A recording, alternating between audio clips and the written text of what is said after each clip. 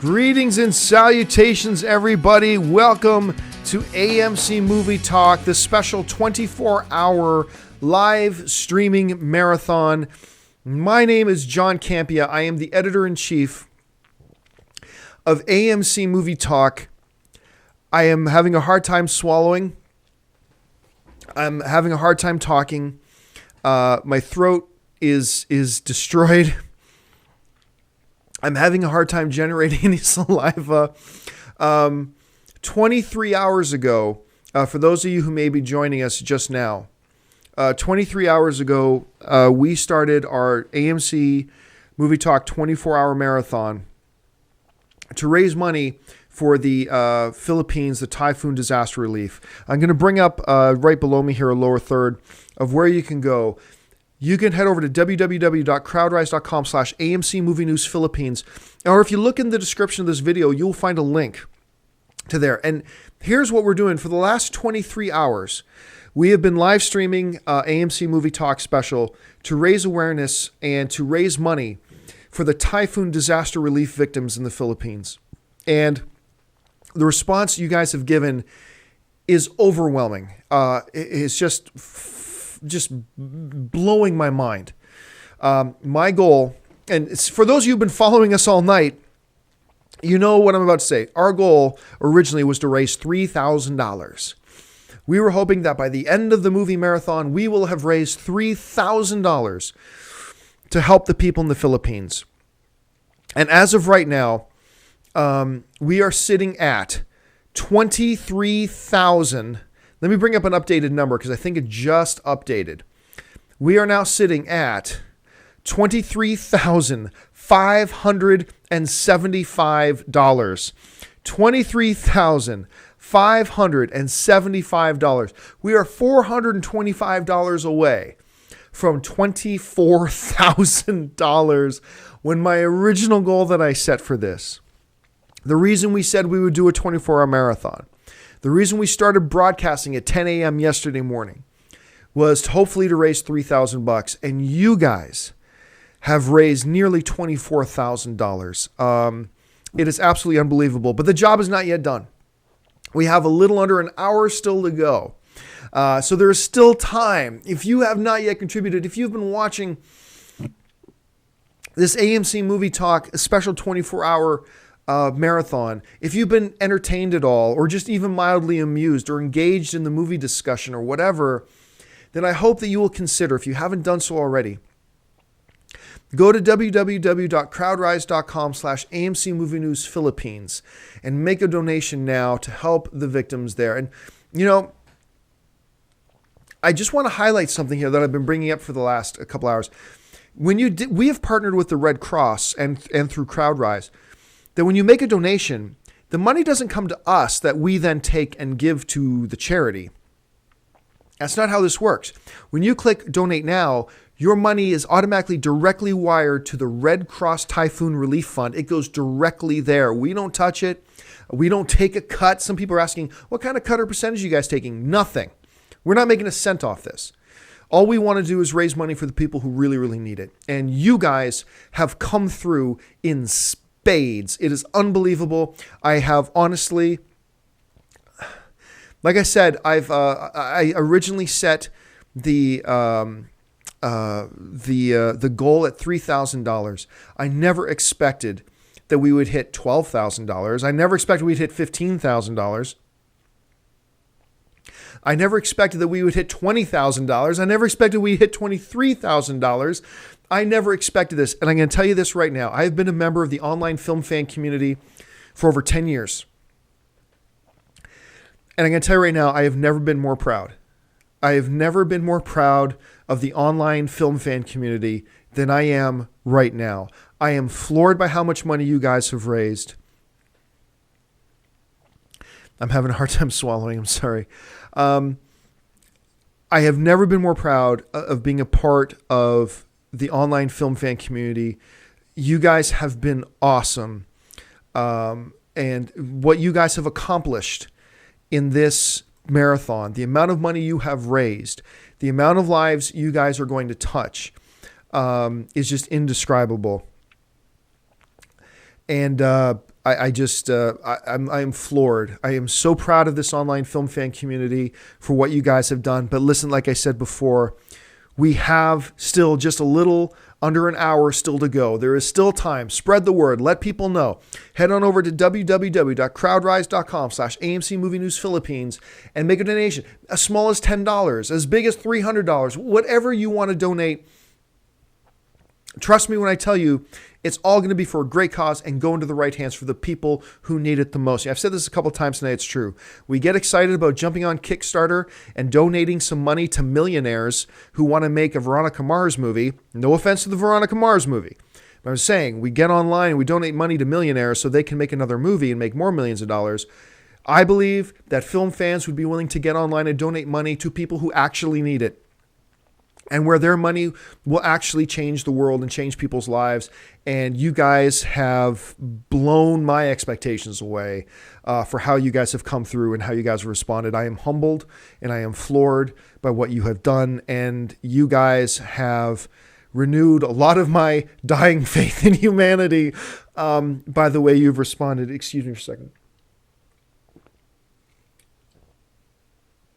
Anyway, so we have one more hour to go. So what I want to do for this last hour here, I'm not going to take mailbag questions anymore. I just want to have the chat board open, and I just want to interact with you guys. This is basically going to be an AMA. Ask me anything. If you want to talk about movies, let's talk about movies. If you want to talk about the Marvel Cinematic Universe, let's talk about the Marvel Cinematic Universe. You want to talk about the Oscar race, let's talk about the Oscar race. You want to talk about movie blogging, let's talk about movie blogging. You want to talk about how some of the behind-the-scenes curtain stuff, the technical issues, how we make AMC Movie Talk work, let's talk about how we make AMC Movie Talk work. Whatever you guys want to talk about, we will talk about for this final hour of the AMC Movie Talk 24-hour marathon. We started this thing at 10 a.m. yesterday morning, and we had already, people had pre-donated to the amount of $8,200 or $8,300. And I was really hoping, oh my gosh, I think there's a chance we could get to like $12,000. And then we got to $12,000, then we got to $15,000, then we got to $20,000, and now here we are. We are closing in on $24,000 right now. I'm going to give you a live update right now. We are at $23,700. We are $300 away from $24,000. So guys, spread the word. Make people know. Donate if you haven't donated yet, if you can. That would be awesome. Regardless of what the final number is, I want to tell you I am humbled and honored that you guys have come along with us. Whether you've been here all 24 hours or whether you have been here for just parts of it, whatever, thank you so much for donating. Thank you so much for being a part of this. Thank you so much for coming along for the ride. I am humbled and grateful, and I love you guys. You guys have just been just ridiculously awesome. Thank you. All right. I said, ask me anything, and Movie Guru is asking me, John, how old are you? I am 41 years old. But I have the mind of a 16-year-old apparently, and the maturity of a 15-year-old, as my wife likes to remind me. Yeah, I'm 41. That's how old I am. All right. Let's see here. Now it's going to be a little tricky for this next hour because following the chat board is more challenging than reading off of pre-existing messages. So bear with me, be patient with me as we do this last hour. Let's see here. Okay, so BS Smart 18 asks, question, what is it going to take to have more racial and cultural diversity on the big screen? Great question. I think, our society, and I'm a film pundit, I'm not a sociologist. I studied a little bit of sociology, but I am no sociologist whatsoever, so take whatever I say with a grain of salt.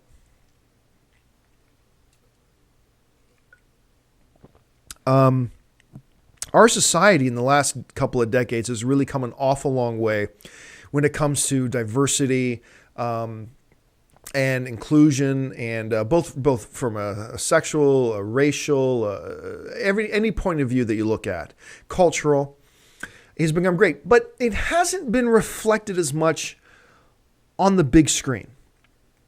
So it's a great question that you ask when you ask, what is it going to take for us to get more of this cultural and racial diversity on the big screen? And here is generally what I say to something like that. And it's not always popular what I say, but I believe it's the truth. I don't believe it's studios' responsibility. I don't believe it's the studio's responsibility. It's not their responsibility to make films that are racially diverse. It's not their responsibility to make films that are culturally diverse. That's not their responsibility. Any more than it's a car maker's responsibility to make a racially diverse car. They're a business. They're in the business to make money.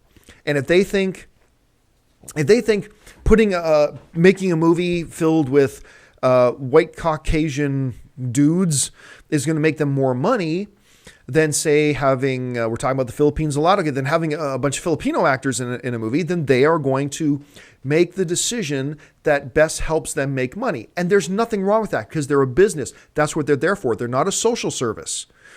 They're a business. And I have no problem with them making business decisions for what is best for their company. I'm fine with that. What will it take? Here's what it'll take. It'll take you and me supporting the films when they do make those films, and they do come out. They're rare, but they come out. When they do make those films, whether they're smaller independents or larger scale films, for you and me to go out and support those films. Because look, I was talking about Filipino actors, right? If a studio puts out a movie with a Filipino actor, trust me, if $85 million worth of us go out to see that movie and that movie makes bank, more studios are going to make more movies with Filipino lead actors. Not to be socially responsible, but because they see doing that makes them money. If a studio finally makes a rom-com, a big budget rom-com, well, rom-coms aren't really big budget, but you know what I mean. Sorry, God, my throat's killing me. If a studio makes a rom-com for a big wide release with a gay couple as the romantic couple, and that movie sells $105 million worth of tickets, guess what? Fox, Paramount, Universal, even Disney, for heaven's sakes, is going to line up to make their next romantic comedy with a gay couple featured. Not because they're trying to be socially responsible, but because it's proven that they can do that and make money. So what it's going to take, see, what we like to do in our society is to blame somebody else. That's what we do. We like to blame other people. So not enough racial diversity and whatever in films in Hollywood. Let's find someone to blame. You know who's to blame? That's who's to blame.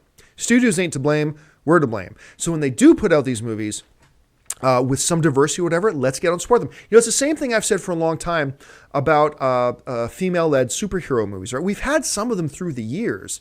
And very few of them have actually made money. People haven't gone out to endorse them and to support them and to buy tickets to go see them.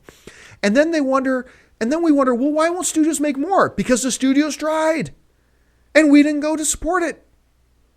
So when they make their next superhero movie and they go, do we make it a male-led superhero movie or a female-led superhero movie? What's traditionally made us more money? The male-led superhero movie. Let's make a male-led superhero movie. And they're totally right to do that, because we have not supported it. But, you know, being the blame society that we are, we want to find somebody else to blame. We want to put the blame on somebody else. And we want to say, it's the studio's fault. No, trust me. If the studios see that we will get behind and support it, these films, when they do, on the rare occasion when they do show some diversity in their films, if we get out and support it, the studios will jump all over it. They will. Greed, to quote Michael Douglas from Wall Street, greed is good. Greed works in the entertainment business anyway. It can work in our favor. Greed, in this case, can work to our advantage if we will support it when the studios do Put out the films that show some diversity. It's not their responsibility to force it on us. The movie studios are not a social service. They're a company, they're a business spending money, and they expect to make money.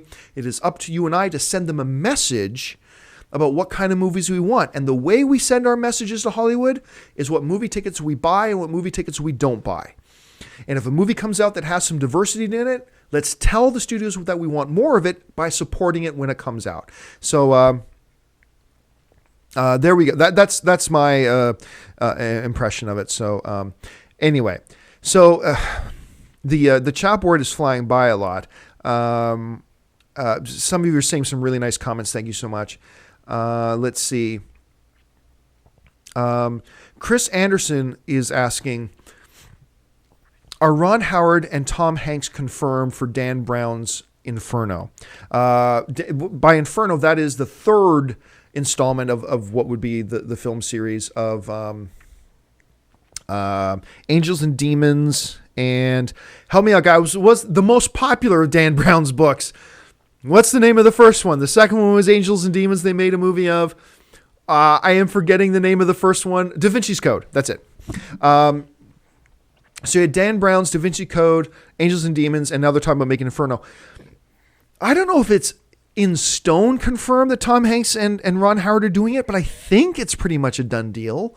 I mean, as far as I understand, it's pretty much a done deal and it's official that they're doing it.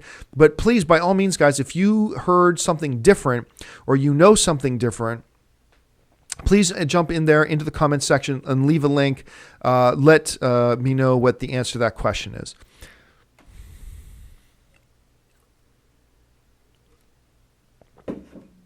Okay, we will move on now to the next question. And the next question comes, let me see if I can, man, this chat board is flying. And thank you guys. There's a little bit of a delay between when I speak and when you guys hear it. I think about a 15-second delay. Thank you, all you guys who've typed in Da Vinci Code. Thank you so much for that, guys. Let me see. Oh, and I've just been notified by some of you guys in the chat board. It looks like it has happened. We have crossed $24,000. We are now at $24,250. What can I say that I haven't said already? That's amazing, guys. Seriously. 24,000. If you had told me yesterday at 9:55 a.m., 5 minutes before we started this 24-hour marathon, and said by the end of this day, by the end of this marathon, the online film fan community will have raised $24,000. Number one, I wouldn't have believed it. And I would have been dancing with joy.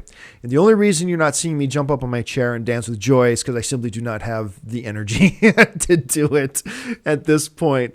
Before I go on with other questions, I want to say a couple things here about my AMC Movie News team. None of them are obligated to come in and spend 4, 5, 6, 7, 8, 9, 10 hours here doing the marathon like they did. But when I approached my team and I presented them with this idea of doing a fundraiser, a marathon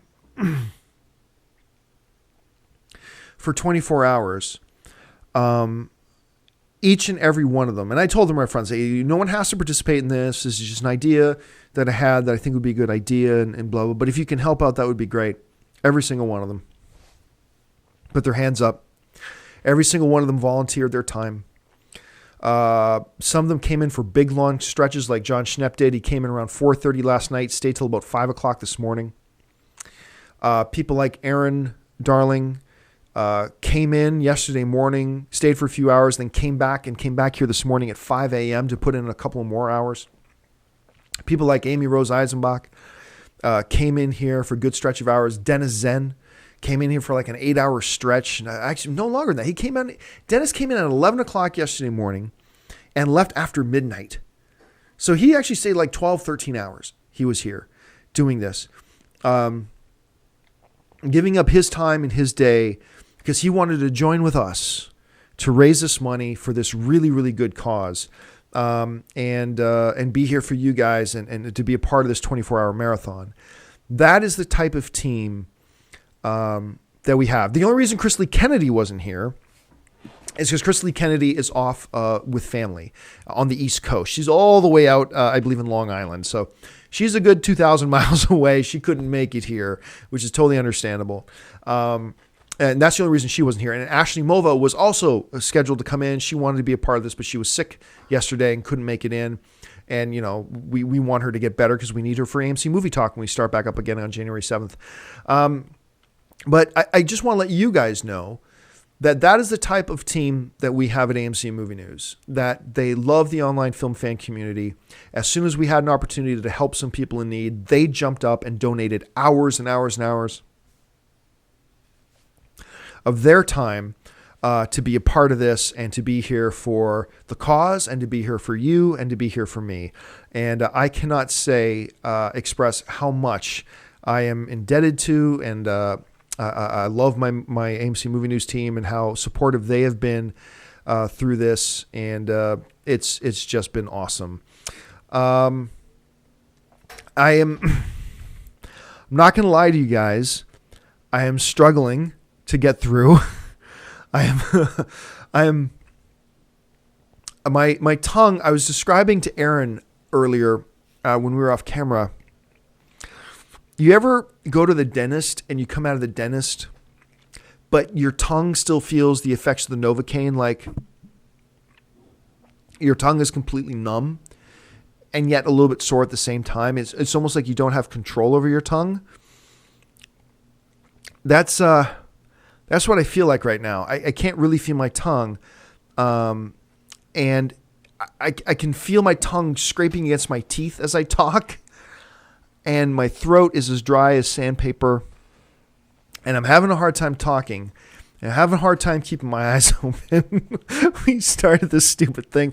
What was it? I mean, seriously, why didn't we say let's do a 12-hour marathon? I don't think I thought it through very well. Why didn't I say a 12-hour marathon? Why didn't I say even like an 18-hour marathon? Not really sure, but we did. And here we are in the 24th hour. So glad that we did. And there we go. So anyway, El Magnifico is telling me to drink more water. I think we'll take you up on that advice, sir.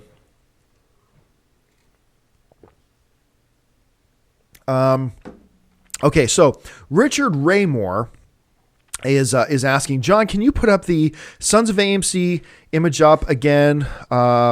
Without the AMC logo and the link front, please. Okay, so I think what he's talking about is our Sons of AMC logo, which is right there.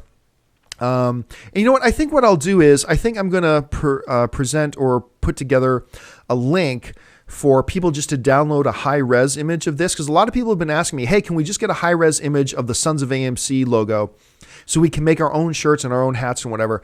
And I think that's a great idea. So I think sometime after I get back from Vegas, because we leave at 1 o'clock this afternoon, the whole team and I leave for Vegas to go to the New Media Expo. And as a part of the New Media Expo, I think I have, I've told you guys this on several occasions, that we are nominated for 2 awards at the Academy of Web Television Awards being held at the New Media Expo in Las Vegas.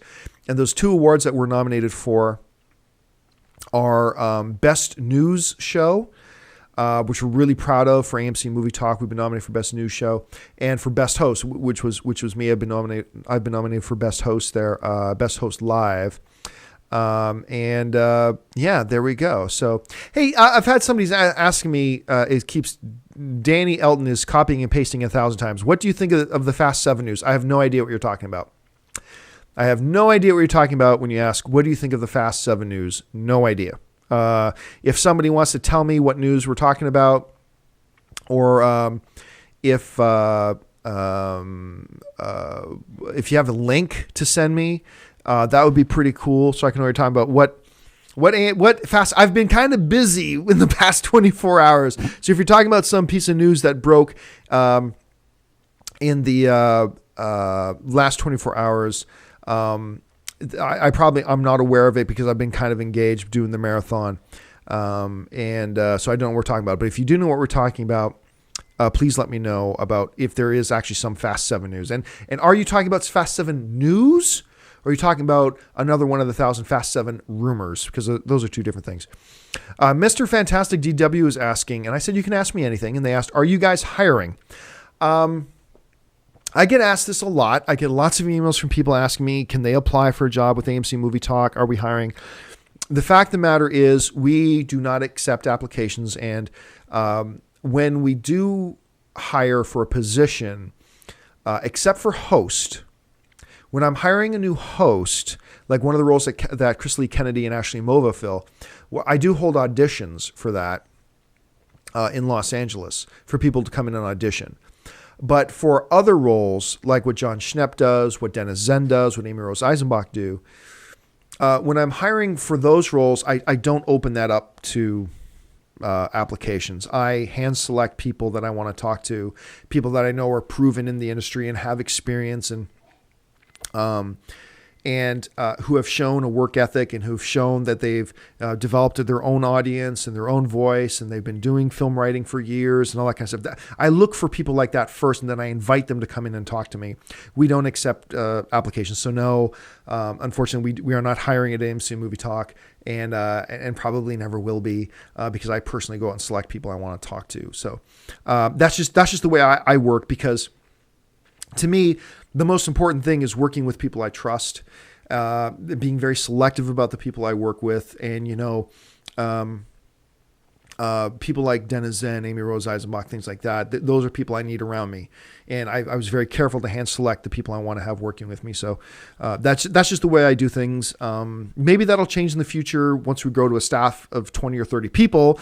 But for now, as long as we're a staff of 6 or 7 or 8 people, it's going to be handpicked by me. So there you go. But thank you for the question. Matt Terrell's asking, any news on the Percy Jackson 3 film? Actually, I don't know. I just heard recently for the first time that they may be doing a Percy Jackson 3 film. I honestly didn't think they would, but I've actually heard legitimately they may be doing a Percy Jackson 3. But to be honest with you, I don't really know much beyond that, other than I've heard that they are going to try to do one.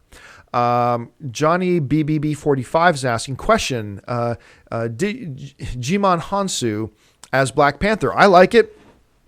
I like Michael, why am I forgetting his name? Black Dynamite. Ray, who played Black Dynamite? Michael Jai White. Thank you. I got my brother-in-law in the room.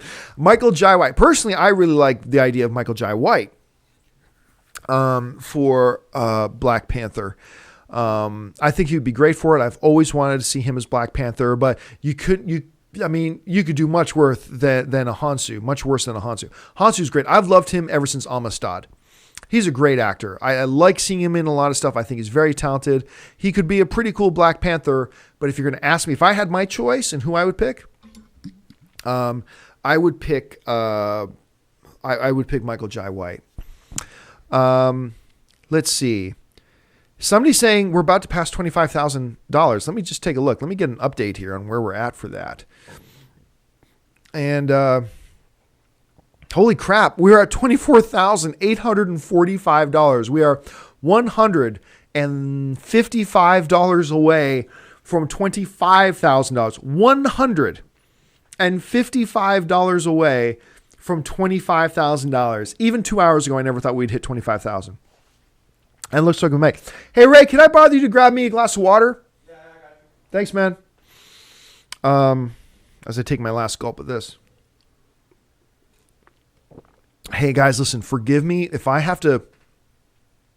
I'm trying my best to hide it, but if I have to end this like 5 or 10 minutes early, please forgive me. We're 30 minutes away from the end. I don't know if I can last 30 minutes. I'm trying my best, though. But as of right now, we are $155 away from $25,000. Thank you so much, guys. Keep it coming. Let's see if we can hit 25. Why not? Let's see if we can hit $25,000. That would be amazing. Okay, let me get back to the chat board here and see what else is going on here. Okay, question. Gerald, Yelverton writes, question. We talk about the comic book characters crossing companies. how are all the cartoon characters able to be aligned for Roger Rabbit? Roger Rabbit was a very specific, and unique situation where for one movie, comic book continuities are different from something like that, because Roger Rabbit, you could have different, they could go out and talk to the different companies so that they needed to get a license for one movie, bring in their characters. But it's not like those characters, for instance, it's not like those characters have ongoing theatrical continuities. Thanks so much, man. Yeah. There you go. In my Iron Man 3 giant mug of a cup. Oops. That's different. That's a different situation from, say, like an ongoing DC and Marvel Cinematic Universe, where having them cross streams, as it were, has implications.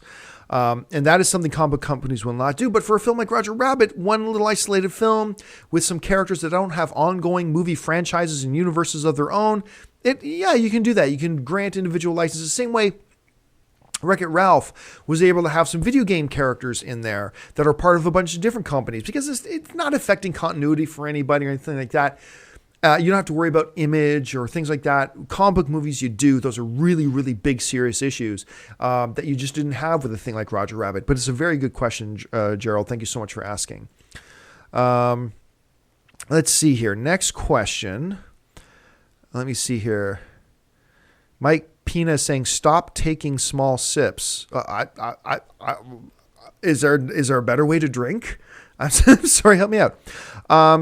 Salmon Jet writes, do you watch Bollywood movies? What are your thoughts on them? I remember you mentioned Doom 3 earlier in one of the parts.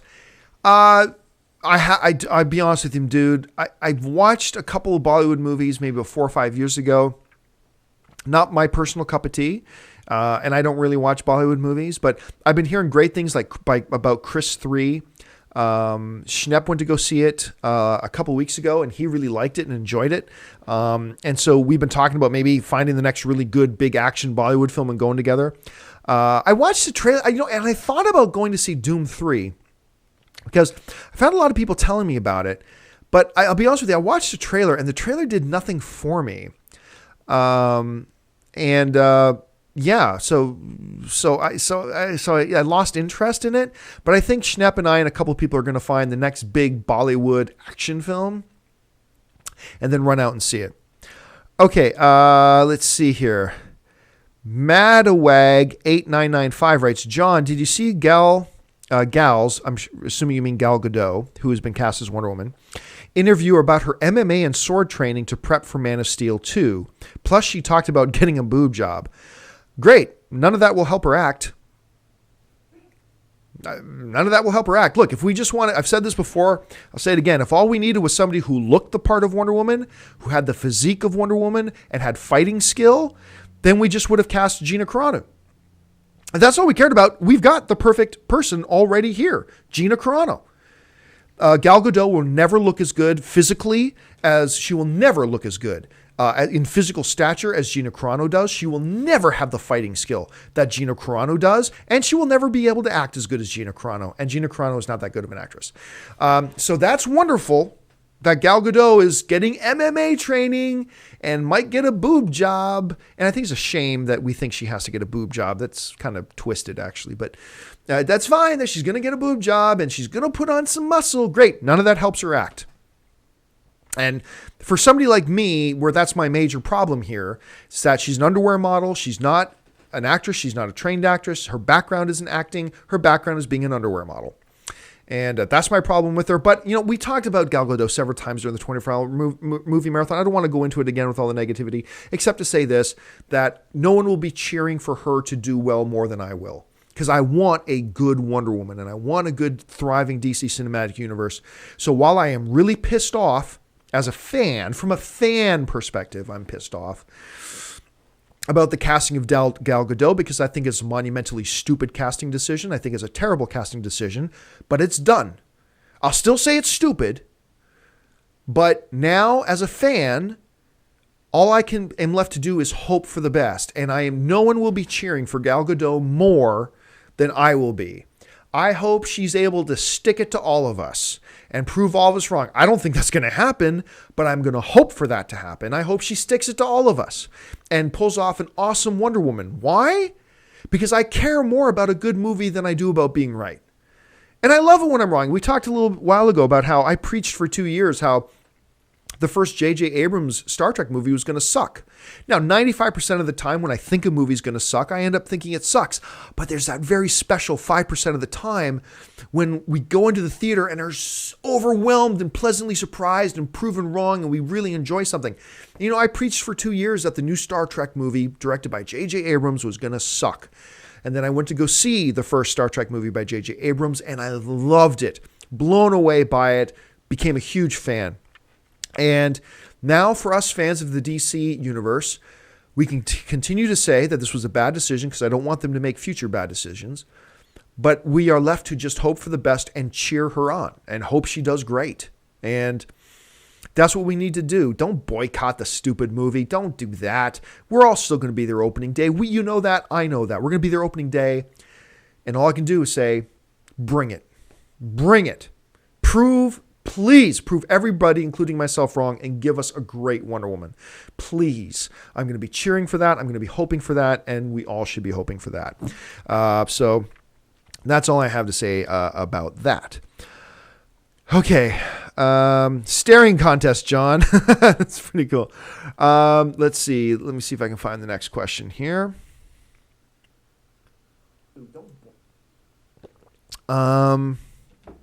Let's see. Dave Ramsey, Diggle from Arrow as Luke Cage. Nah, why? No, he's in one comic book property right now on TV. He's a TV star, not a movie star.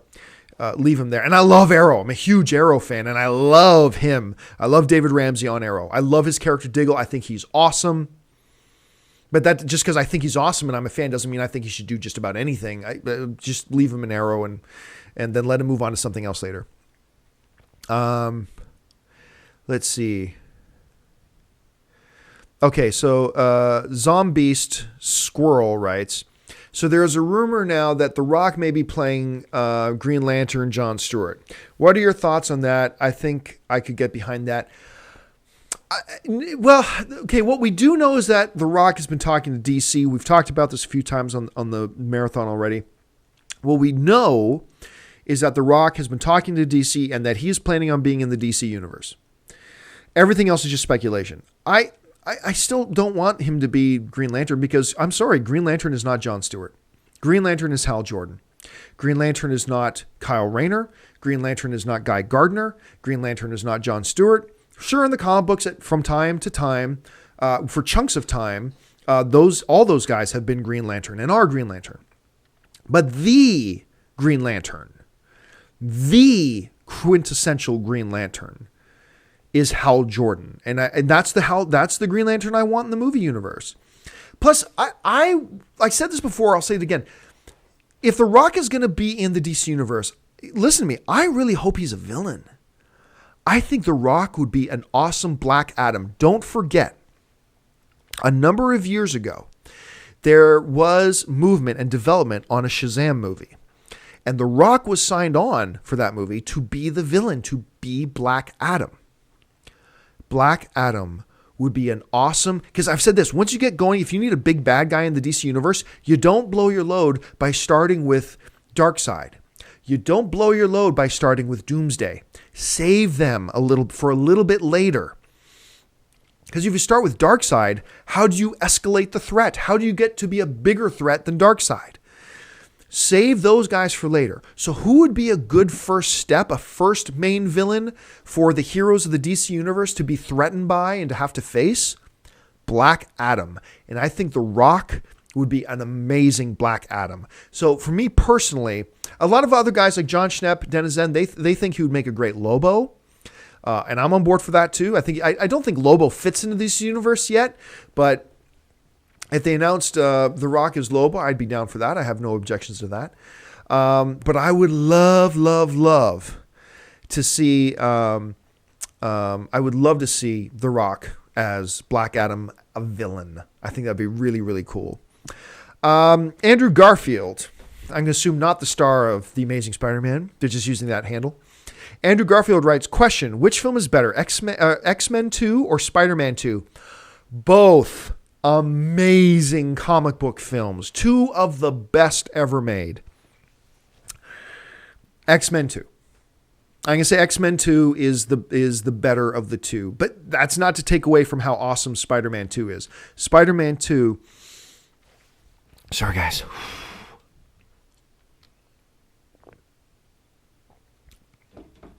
Spider-Man 2 is 6 degrees of awesome, man. It's an amazing film. But to me, I still think X-Men 2 is the second best comic book movie ever made behind Avengers. So I think X-Men 2 is the second best comic book movie ever made, right behind Avengers. And I just think it's that good. Before Avengers, I thought X-Men 2 was the best comic book movie ever made, so I'm going to have to stick with that. So that's me. You probably have a different opinion. Totally cool if you do. But you asked me, so I'm giving you my opinion. There you go. Let's see here. Let me just check out, give you an update on where we're at in the donation. We've got 20 more minutes to go. No, sorry, we got 15 minutes to go. And we are at $25,090. $25,090. We got 15 more minutes to go, guys. If you want to donate any more, go ahead and chuck it on in.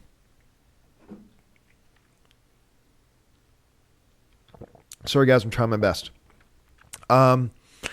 Okay, let's see if we can get another question in here. Looking through and scrolling through. All right, this question comes up a lot. Do you see a Voltron movie in the near future? You know, they have been trying to get a Voltron movie together for a very, very long time now.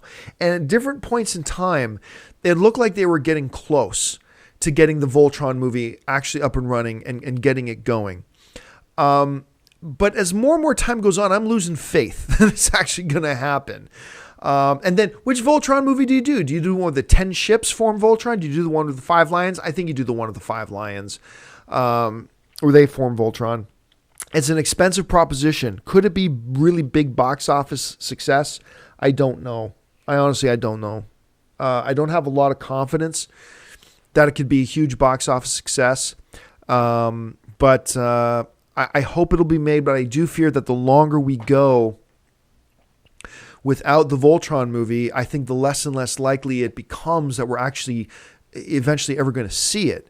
So all we can do right now at this point is hope, and we'll see what happens. CJ Hines is asking, do you think that the Hobbit trilogy will ever I'm sorry, guys, I just can't talk anymore. Do you think the Hobbit trilogy will ever be liked as much as the Lord of the Rings over time? I don't think so. Look, I love the Hobbit movies so far, man. I especially love this new one, The Hobbit, The Desolation of Smaug. It's just all kinds of fantastic. But the first Lord of the Rings trilogy, there's just something so special about it. I know I'm never going to love the new Hobbit trilogy as much as I love the Lord of the Rings. There's just something way too special about it. You know, it was the first time we went to Middle-earth in a live-action setting like that. And I don't think everything will ever replace that place in our hearts that that one did. I think The Hobbit is awesome. I've loved the first 2 Hobbit films dearly. Really, really enjoy. I've already gone to see The Hobbit, The Desolation of Smaug 3 times in theater. And it's just a wonderful film. I can't wait for the 3rd one. But The Lord of the Rings, man, that is like one of the top 2 trilogies ever made. And it's going to be really difficult to see that The Hobbit, and it's no insult to The Hobbit to say it won't be as loved as Lord of the Rings, because Lord of the Rings is like one of the most special series of films ever made in history. The Hobbit will hold a very special place in people's hearts, but I don't think overall it will ever reach that level of beloved status as the Lord of the Rings, but there's nothing wrong with that. That's totally fine. All right, I'm going to take 2 more questions. We got like 13 more minutes to go.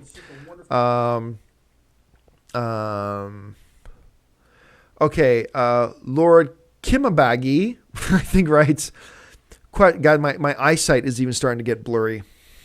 Okay, we've been doing this since 10 a.m. yesterday morning. All right, question. Would you want a live action Akira movie?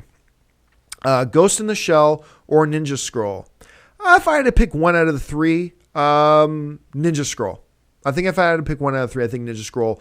I think that one would translate best to a live action thing. I'm not saying Ninja Scroll is better than Akira or that Ghost in the Shell isn't as good as Ninja. I'm not saying that. I'm just saying, if you're asking me, what would I want to see a live action one of? I think Ninja Scroll would lend itself best to a live action adaptation a little bit better than Akira or Ghost in the Shell does. I think Ghost in the Shell and Akira both present some problems that can be overcome and they can still be good live action movies. I just think Ninja Scroll presents itself a little bit better to be a live action adaptation. All right, Oliver Gonzalez Stiller writes, question, Goyer and Snyder is credited for story on IMDb and Argo writer for screenplay. Is that relevant? What do you think, John?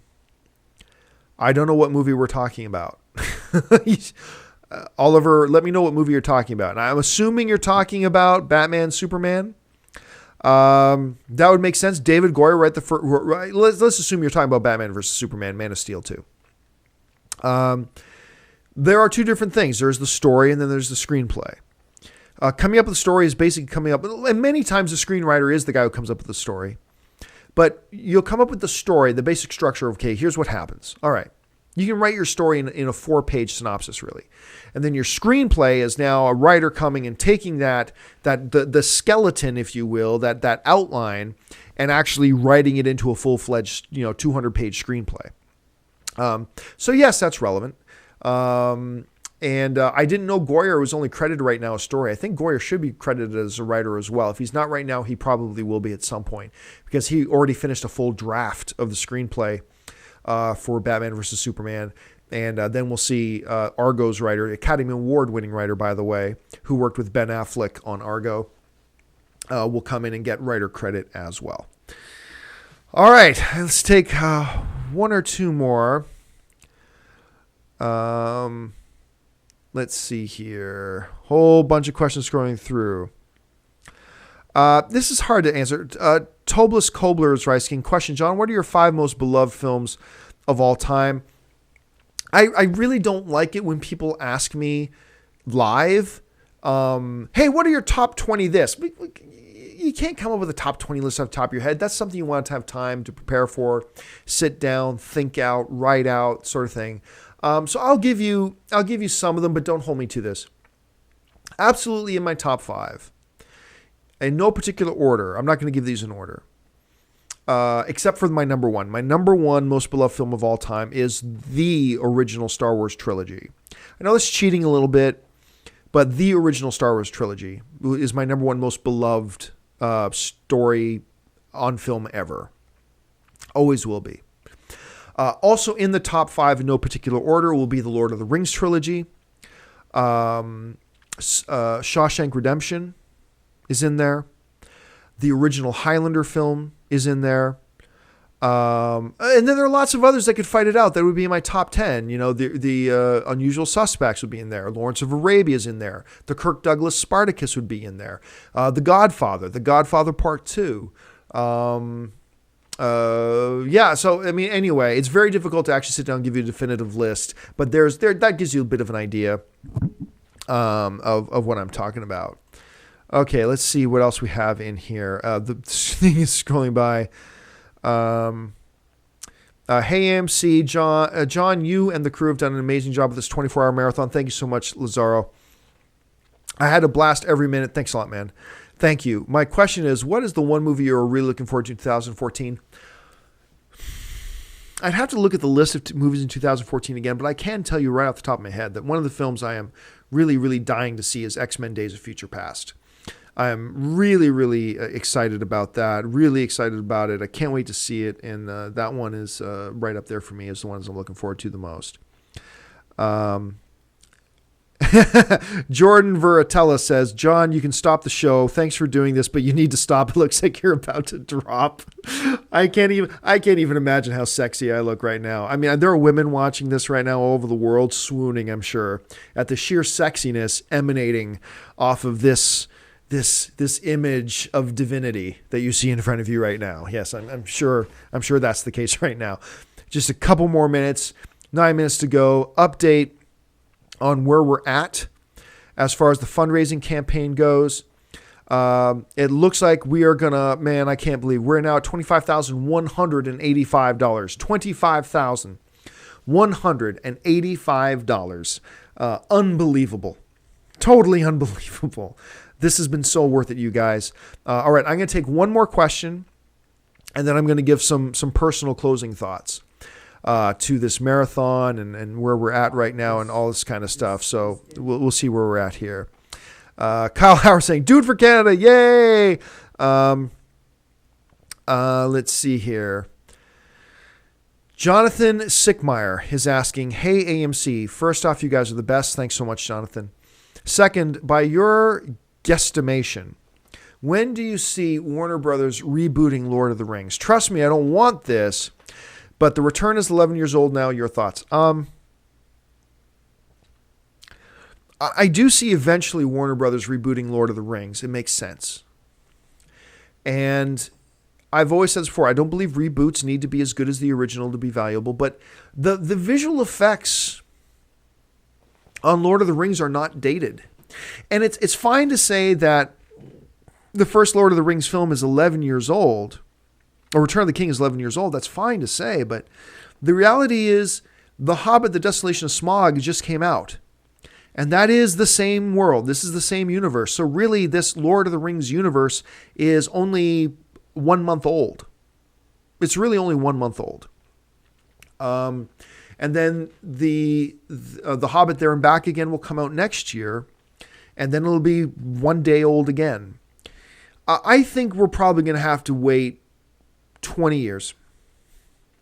15 to 20 years before we see Warner Brothers or anybody taking a new crack at the Lord of the Rings. And I'll support it. I'll be all for them doing it. Because if they do it and it's great, then we've got another great set of Lord of the Rings movies. If they do it and it sucks, then we still got the original Lord of the Rings movies. No skin off my nose, no downside.